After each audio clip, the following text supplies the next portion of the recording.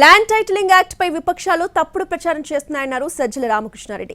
2019 July 29న అసెంబ్లీలో యాక్టుకు TDP మద్దతు తెలిపిందని అన్నారు. టీడీపీ తరపున పయ్యావుల కేశవ్ అసెంబ్లీలో మాట్లాడి మద్దతిచ్చారన్నారు. అధికార పక్షం ఇది ప్రతిపాదిస్తే ప్రతిపక్షం కూడా దీన్ని పూర్తి మద్దతు ఇచ్చిన యాక్ట్ ఇది.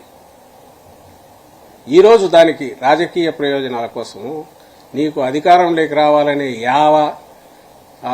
ఆత్రంతో ఏమీ అస్త్రాలు లేక జగన్మోహన్ రెడ్డి గారి మీద, వైఎస్ఆర్ కాంగ్రెస్ పార్టీ మీద, ప్రభుత్వం మీద ఆఖరికి దిగజారి దీనికి నువ్వు పూనుకున్నావు చంద్రబాబు నాయుడు. ఇది అందరూ గమనిస్తున్నారు. ఈ రాష్ట్రానికి పట్టిన చీడ నువ్వు అని ఎప్పుడు అంటుంటాం కదా, అది మరోసారి రుజువైంది. ఇది అందరూ గమనించాల్సింది.